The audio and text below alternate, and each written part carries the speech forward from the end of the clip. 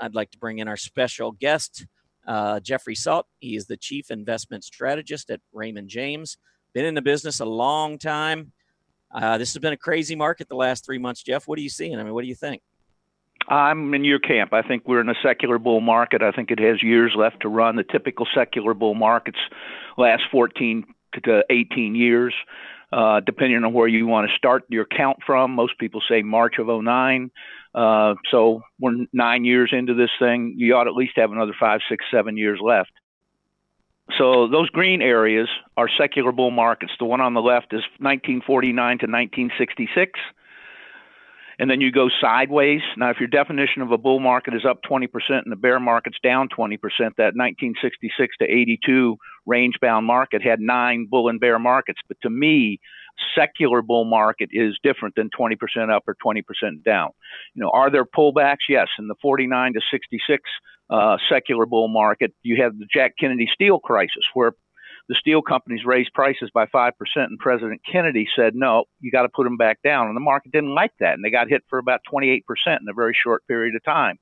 In the 82 to 2000 secular bull market, you had the 87 crash. But if you look at the chart, it did not stop the secular bull market. And then we peak in March of 2000, and we basically go sideways for 13 years until you break out in the March, April of 2013 timeframe.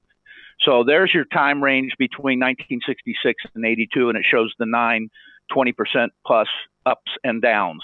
Now, we were range bound from 2000 to 2013, just like we were between 1966 and 1982. And here's where we broke out in 2013, confirming that the secular bull market was alive and well. That is what a secular bull market looks like. That's the 82 to 2000, up 1,180%. Now, one of the things that is kind of an indicator I've used, and there's not a lot of people left, in my opinion, interpret Dow theory right, but it's not always right, but it's right a lot more than it's wrong, and it's subject to interpretation. There was a Dow theory sell signal in September 23rd of 1999. Raymond James is the only people that wrote about it because I wrote about it. There was a buy signal in June of 03. Here's the killer Dow theory sell signal on November 21st of 07. And then you went into the bottoming process. And I think the bottoming process actually started in October of 08. In October of 08, it was actually October 10th of 08, 92.6% of all the stocks traded made new annual lows. I have never seen that kind of action. That is a 7 or 8 standard deviation event. It is not supposed to happen in your lifetime. And I am in print saying the bottoming process has started. And then on March 2nd, Barton Biggs, God rest his soul, and I were on CNBC and Bloomberg together, and we both said we think the market bottoms this week, and we have been running with the bulls ever since. Have we tried to call some pullbacks now and again? Yes, we have. You'll see a lot of people say this is the second longest secular bull market in the market's history, but they cut off the 82 to 2000 secular bull market in 87 because of the crash. But as you see, if you recall the long-term chart, that did not stop the secular bull market. They cut off the 1949 to 1966 bull market in 1956 because Egypt tried to take over the Suez Canal and the market took a 30% hit. It didn't like it, but it didn't stop the bull market. Now, a lot of people say you forget about having an MBA or a CPA. In investing, you do better with a degree in psychology because most people buy up in the excitement, thrill, euphoria, and then the market rolls over. And because they don't manage risk, and managing risk is really the key to the successful investor, because they don't manage the risk, they sell in the capitulation, despondency, depression area. And that's really the psychology of the equity markets. Some people have talked about this. The number of publicly traded companies has actually just about been cut in half. So if demand picks up, there's not as many companies out there to invest in. We had a 35-year bear market in fixed income, and then we had a 35-year bull market. I'm with you, Tom. I think that interest rates are going up. I think they're going to go up glacially, but I think they're going to go up. And here's proof positive. We come in with tall Paul, and interest rates peaks and starts down. Then you get a shorter Alan Greenspan, and a shorter yet Ben Bernanke, and then Janet Yellen, and rates bottom. And now we got Jerome Powell. It's kind of like that movie Caddyshack. when Judge Smale says, "What'd you shoot today, Ty?" And Ty says, "Oh, Judge, I don't keep score." And the judge says, "Then how do you measure yourself against other golfers?" And Ty says, "By height." So we think the secular bull market and fixed income's over. The economic backdrop, we've had kind of a slowdown scare here. We think it's going to reaccelerate. I still think the economy is very strong. You see NFIB Small Business Optimism Index at the highest level since the third quarter of 1983. Earnings improvement before the corporate tax rate cut came. S&P's estimate for the S&P 500 this year was around 141, 142 bucks. It's up to a little over 158, and next year's estimate is pushing 174. The participation remains robust. The AD line still looks pretty good to us. We favor active over passive. When this ratio chart, when it's up near the top of the chart, active managers have been outperforming indexers, if you will. Down where the arrows are, it's always been an inflection point. There's always room in a portfolio for indexing or passive investing, but there are times you want to overweight it, and there's times you want to push money back towards active managers, and we think that time has arrived. Speaking to valuations, are stocks cheap, fair, expensive? Well, if you use 158 around 2690, we're at 17 times. That doesn't sound that expensive to me. Back in March of 2000, the median PE was 31 times, and the median PE in March of 2018 is 17.3.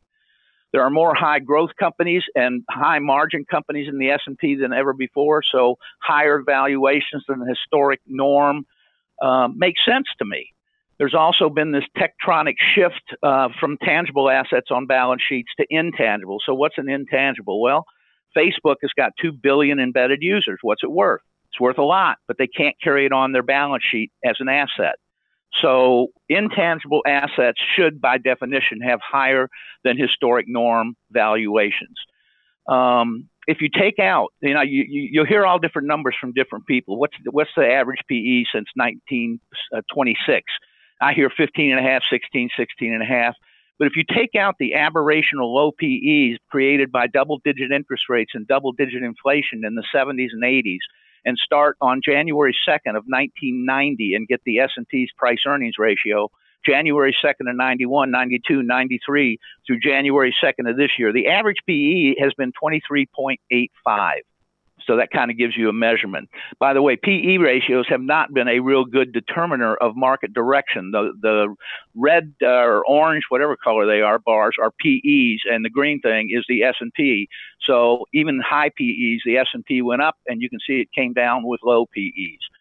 Historic valuation measurements may not be as applicable right now as they are, because the way the tax code is written, companies are going to be accelerating their depreciation and amortization as quickly as possible. To me, that fundamentally shifts the argument about PE valuations of the market, because if companies are intentionally accelerating the depreciation of non-cash items, historic valuations likely go right out the window.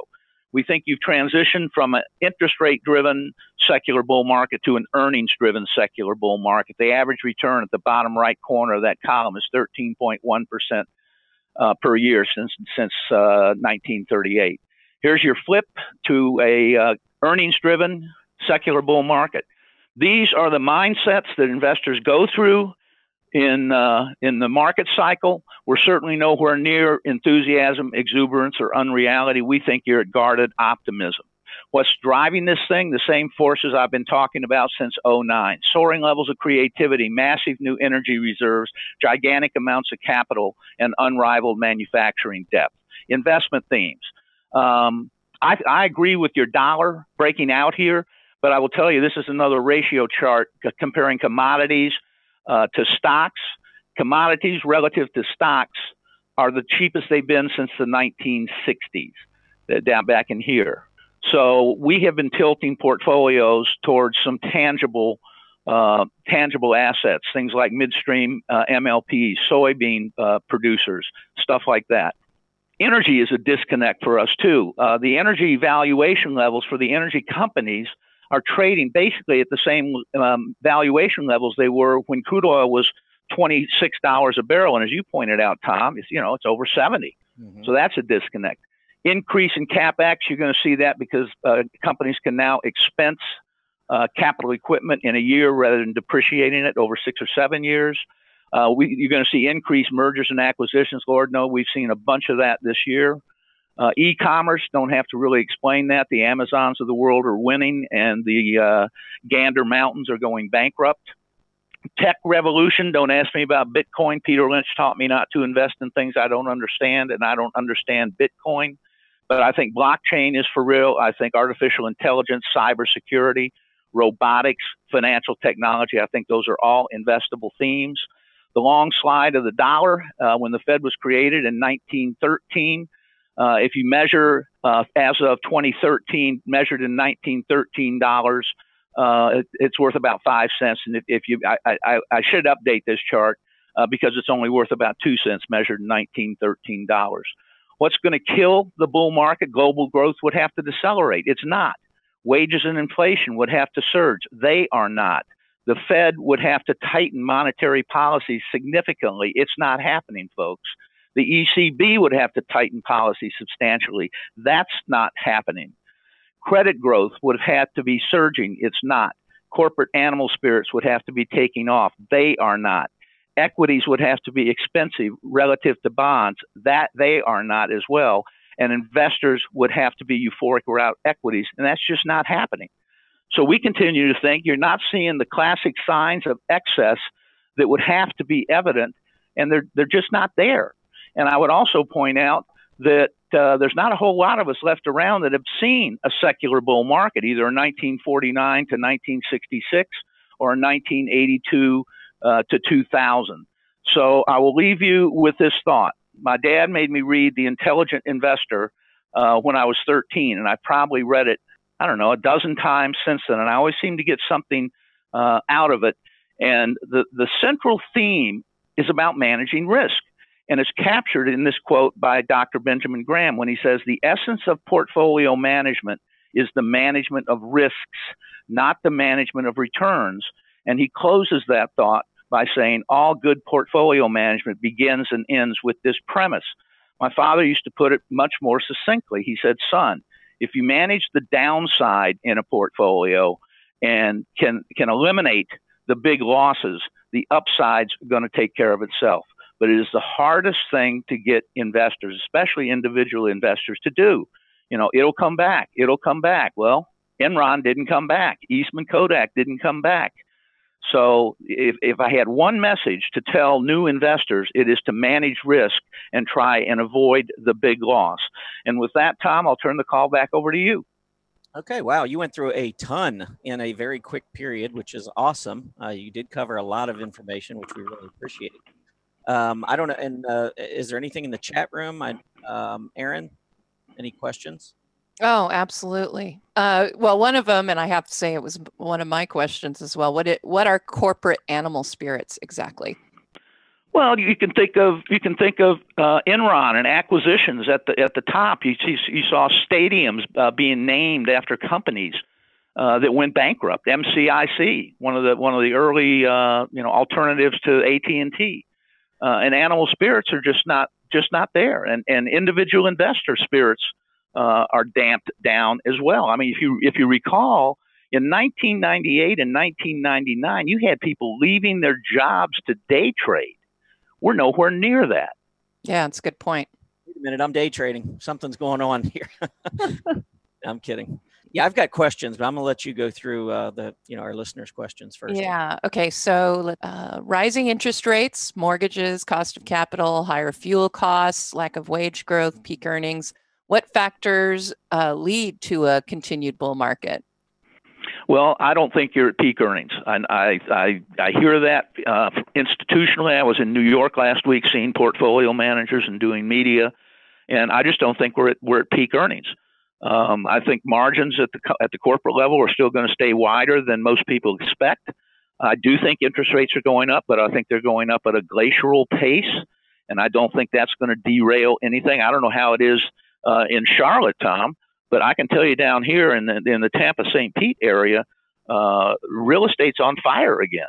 Yeah, the houses are turning over very quickly. Yep, we got the same thing in this market. We're not quite there in Southern California, but I think that's property taxes actually have a lot to do with that one. I don't know. Let's see, what else do we have?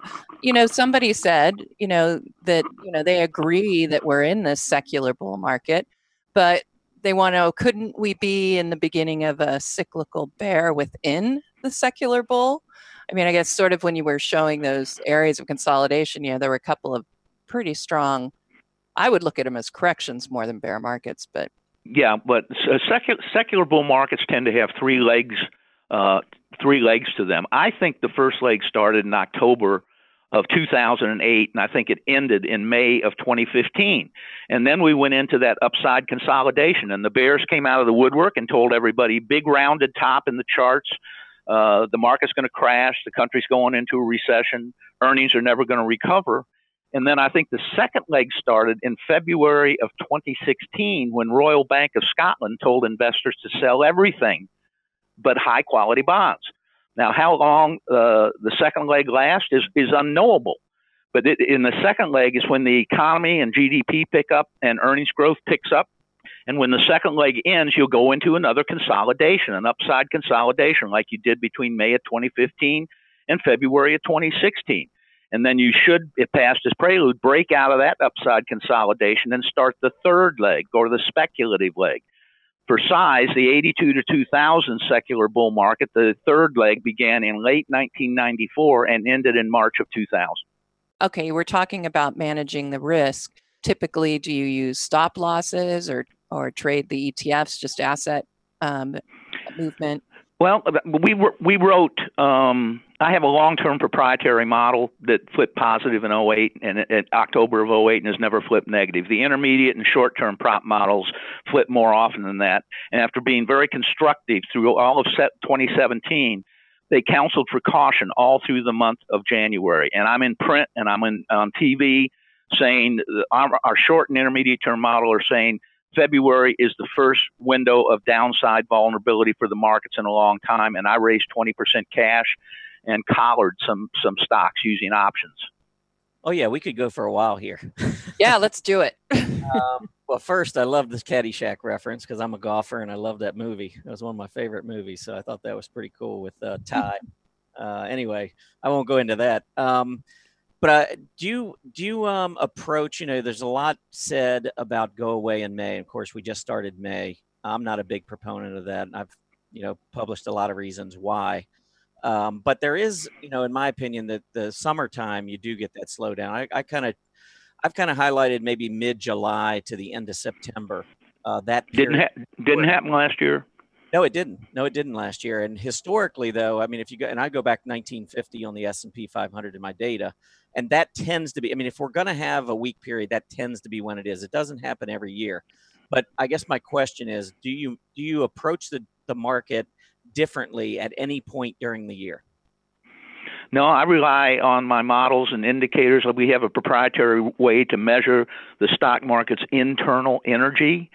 Regrettably, that model doesn't tell you which way the energy is going to be released, but it tells you there's plenty of energy built up inside the market if a move starts or commences, that there's enough internal energy to make the move decent.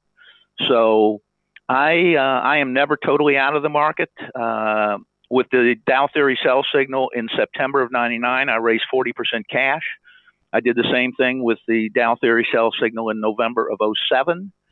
And for stocks I wasn't going to sell, like Raymond James stock, I sold the out-of-the-money calls, long dated, and used the premium I took in from that to buy the closer in at-the-money puts. And the stock went from 37 to 11, and I didn't lose any money. Mm-hmm. Yeah, smart. Yes. Absolutely.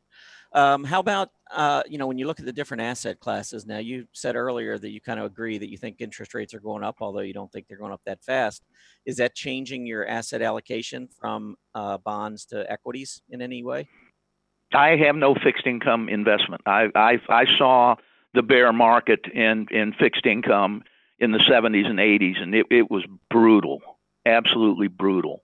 I'm in your camp. I do not like the consumer staples. I think I've been telling people that for 18 months. They're cheaper now than they were 18 months ago. But I mean, you had companies like Clorox trading at 30 times earnings, and the CFO of the company will tell you, we're only going to grow by 3 or 4% a year. Mm-hmm. Yeah, that doesn't make any sense at all.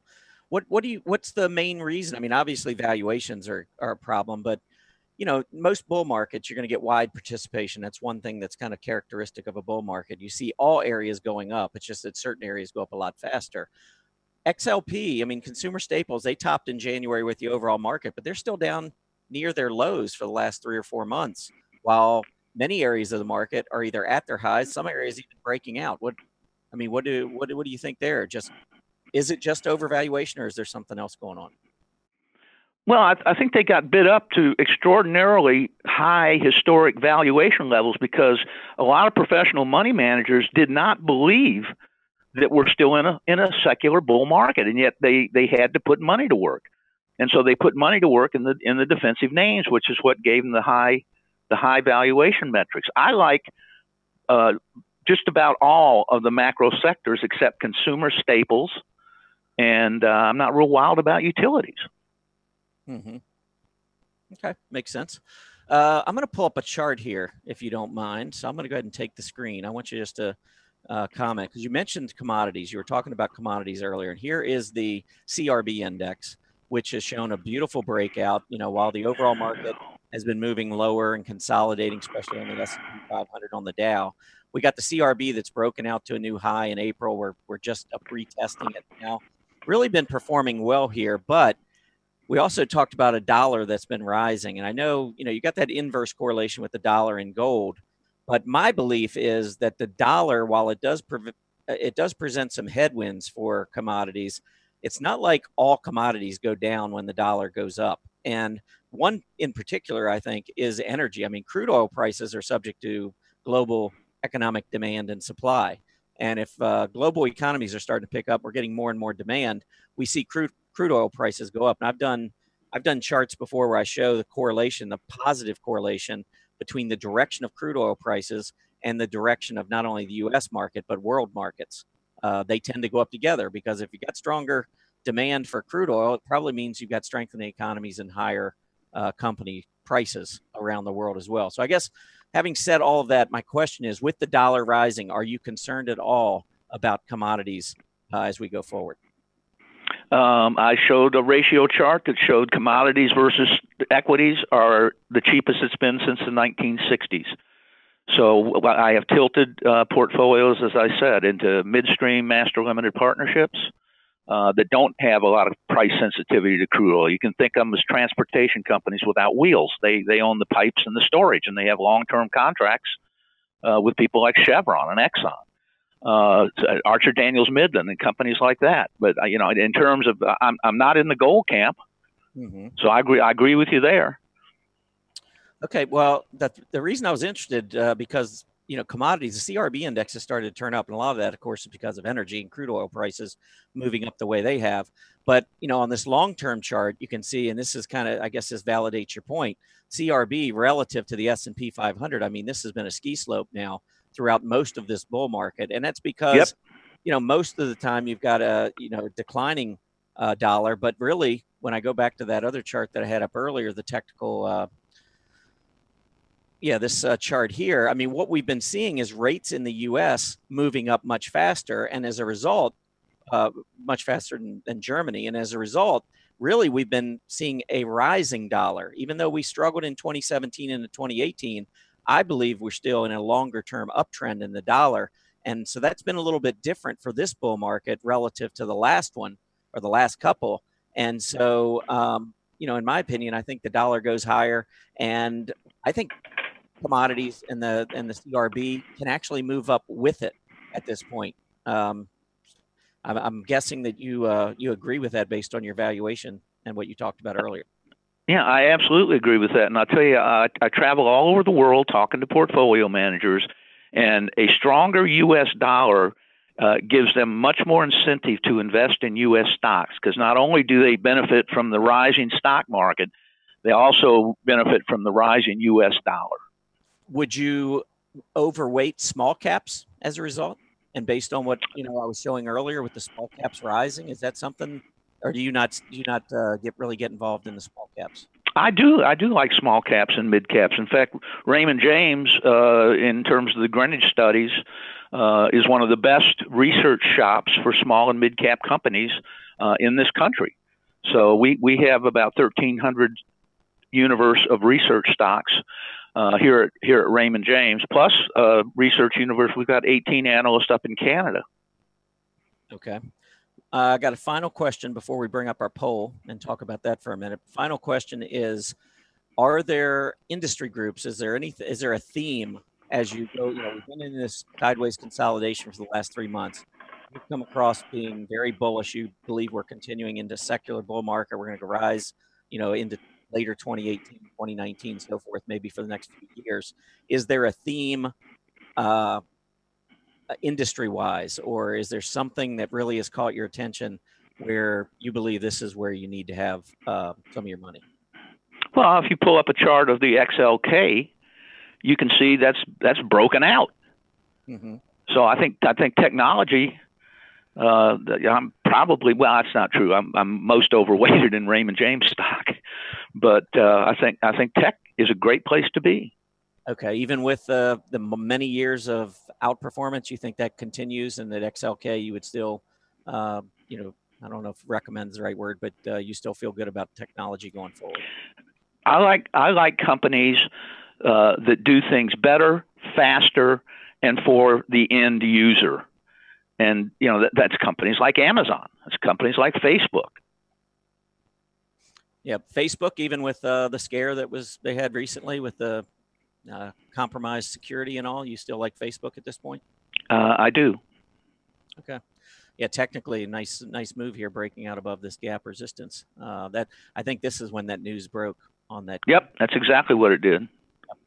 Big selling there. It is coming back, no doubt. Volume's shrinking, little nervous, but it's got another level up around 185, 186 to negotiate. Joe Granville, in his Sentinel book, wrote, "Negative volume up is very bullish." Yeah, I think at times it certainly can be. I know that there are a lot of folks that have looked at the market when the market sells off and we get big volume and then we start to rally back.